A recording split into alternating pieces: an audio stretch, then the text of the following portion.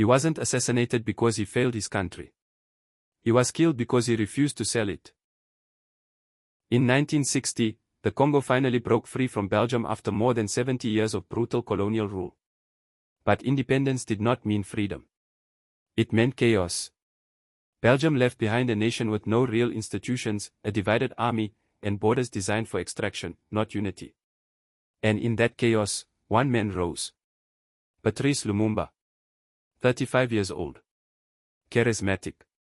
Fearless. Elected by millions. Lumumba was not born into power. He was born into humiliation, forced labor, stolen land, a people told they were less than human. He educated himself, organized workers, and spoke with a clarity that terrified colonial rulers.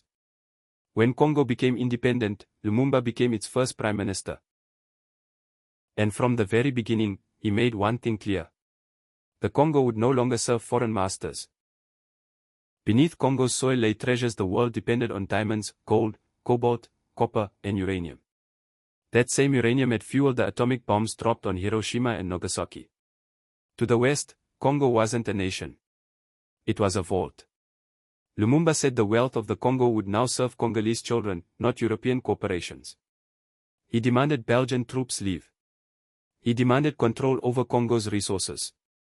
He demanded dignity. That speech echoed far beyond Africa. Belgium panicked. Western companies panicked. Washington listened closely. When violence broke out, much of it fueled by Belgian interference, Lumumba turned to the United Nations for help. He asked them to protect Congo's sovereignty and remove foreign forces. They stalled. They debated. They did nothing. Running out of options, Lumumba made a decision that sealed his fate.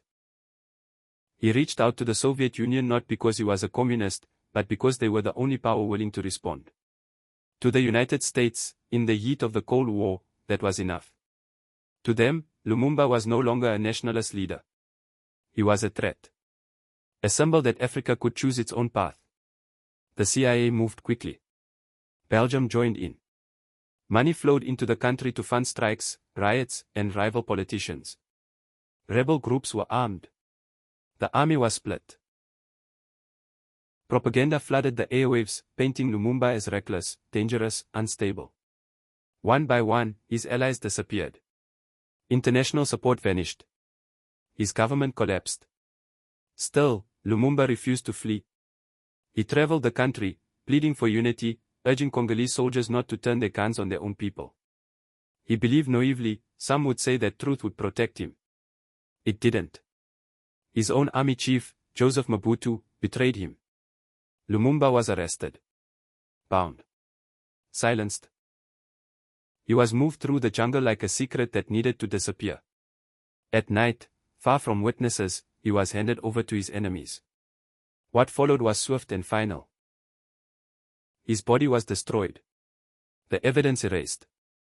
The man removed from history, or so they thought. But they were wrong.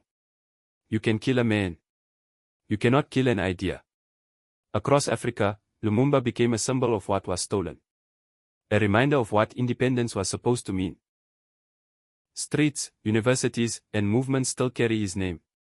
His words still echo wherever people fight for control over their land, their labor, and their future. Decades later, the truth slowly emerged. Belgium admitted responsibility. The United States declassified documents confirming the plot. But apologies do not restore lost futures.